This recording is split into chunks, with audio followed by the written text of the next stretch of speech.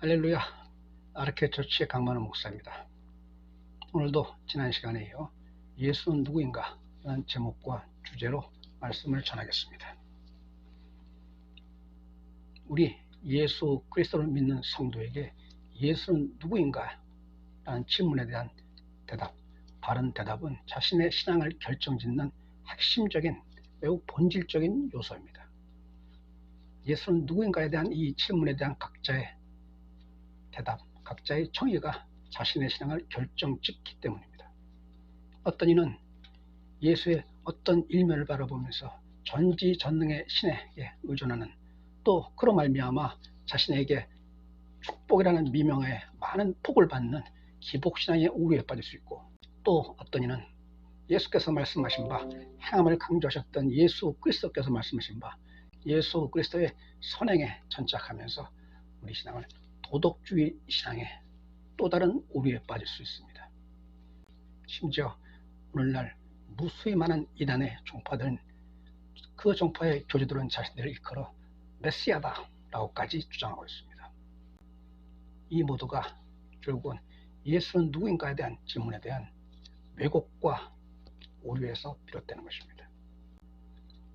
우리가 믿는 우리의 구원자이신 예수 그리스도는 오직 한 분입니다.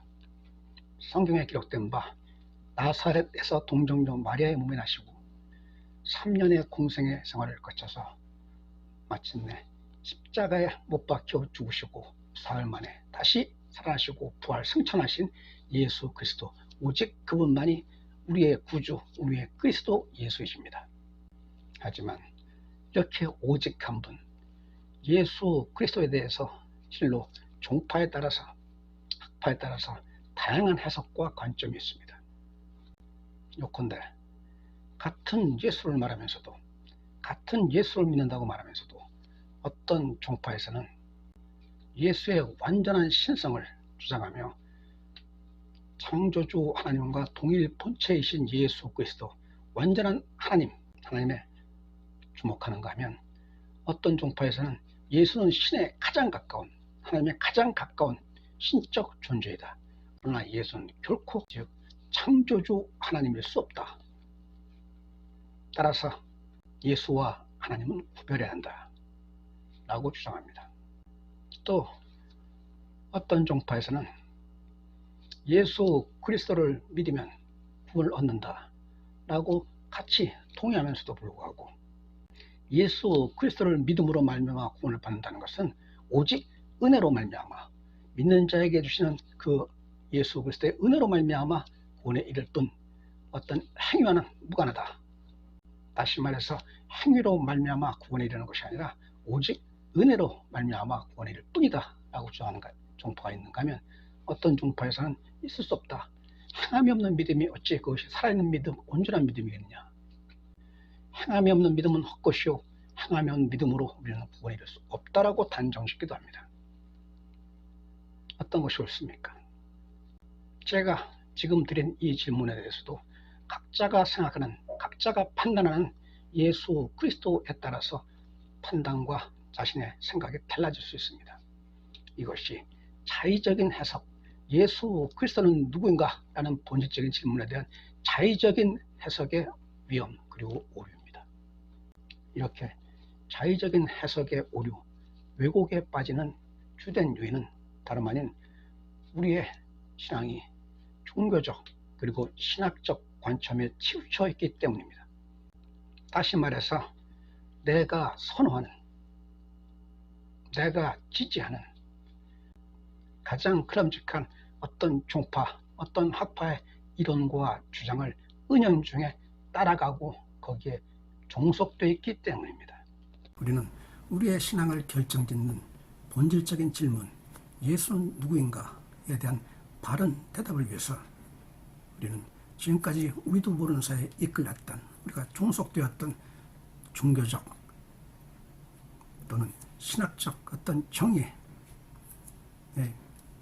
매이기 앞서 우리는 성경적인 예수, 성경에서 말하는 예수 그리스도의 모습에 주목해야 합니다.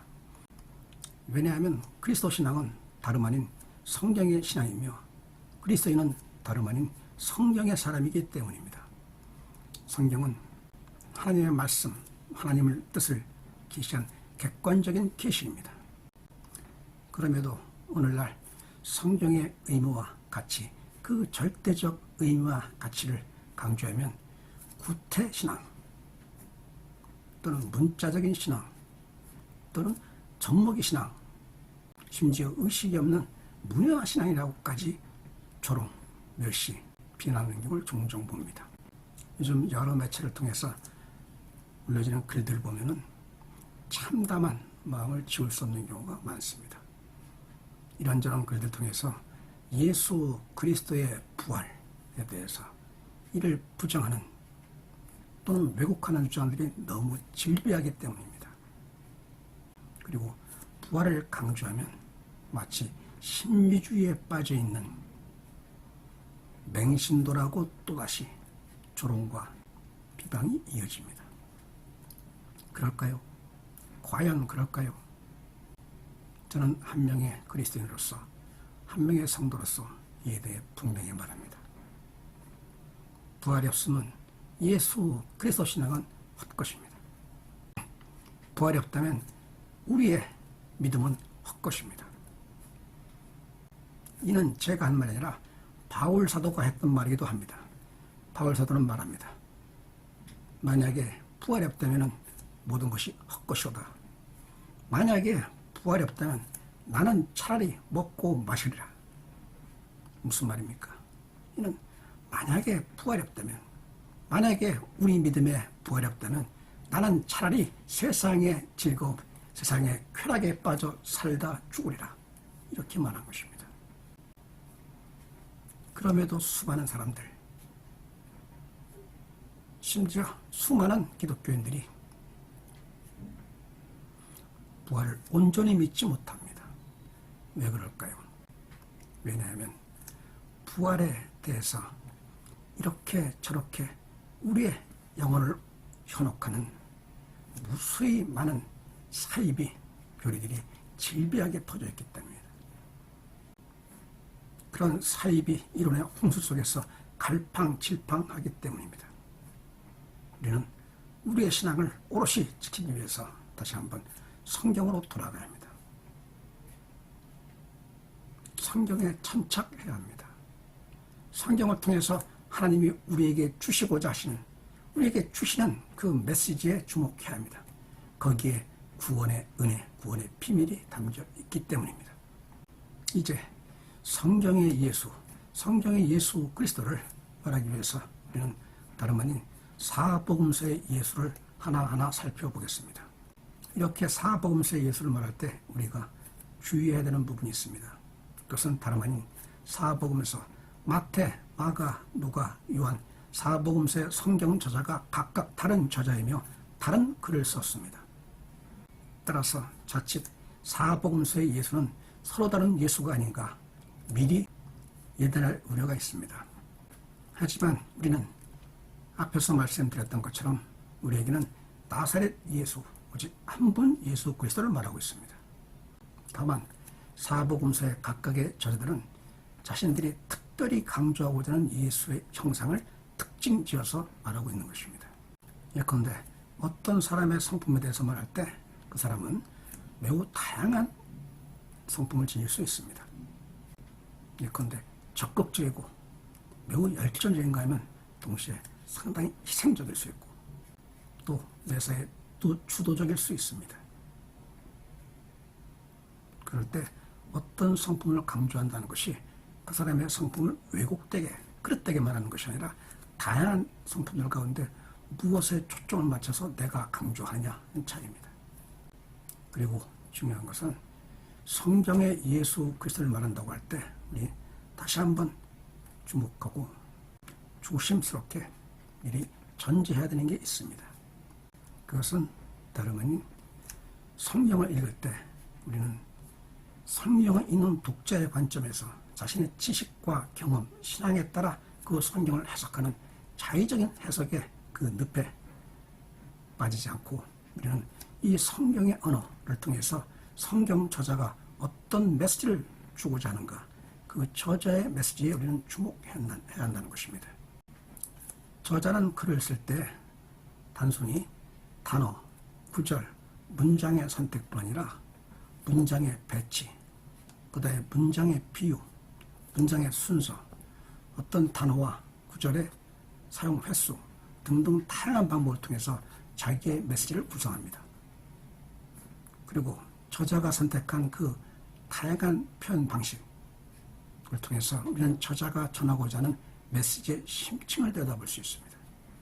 요컨대 마태복음, 마가복음, 누가복음, 요한복음, 사복음서에 한정해서 말씀드릴 때 저자는 그 글을 시작하면서 예컨대 마태복음의 저자는 제일 먼저 아브라함과 다윗의 자손 예수 그리스도의 계보라라는 글을 가장 먼저 배치시키면서 마태복음의 배경을 갖추고 있습니다. 이를테면 글, 텍스트를 에워싸는 컨텍스트, 배경을 미리 설정합니다. 마태복음의 저자는 아브라함과 다윗의 자손 예수 그리스도의 계보라라는 글을 통해서 다윗의 후손인 예수 그리스도를 강조하고 있습니다. 다윗은 누구입니까? 이스라엘의 최고의 왕입니다. 그 이스라엘 최고의 왕 다윗의 후손인 예수 그리스도를 강조하면서 다름 아닌 왕으로서의 예수 그리스도, 메시아로서의 예수 그리스도의 그 특별한 형상에 주목하는 것입니다. 그리고 그 메시지를 우리에게 전하고자 하는 것입니다.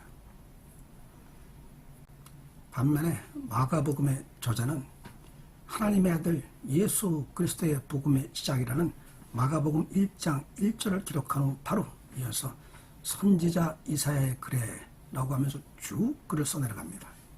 즉 선지자 이사야를 무대에 등장시키면서 마가복음의 배경을 선지자에 두면서 예수 그리스도의 형상 가운데 특히 대선지자이신 예수 그리스도에게 예수 그리스도의 형상을 강조하며 또 그것에 초점을 맞추고 있는 것입니다.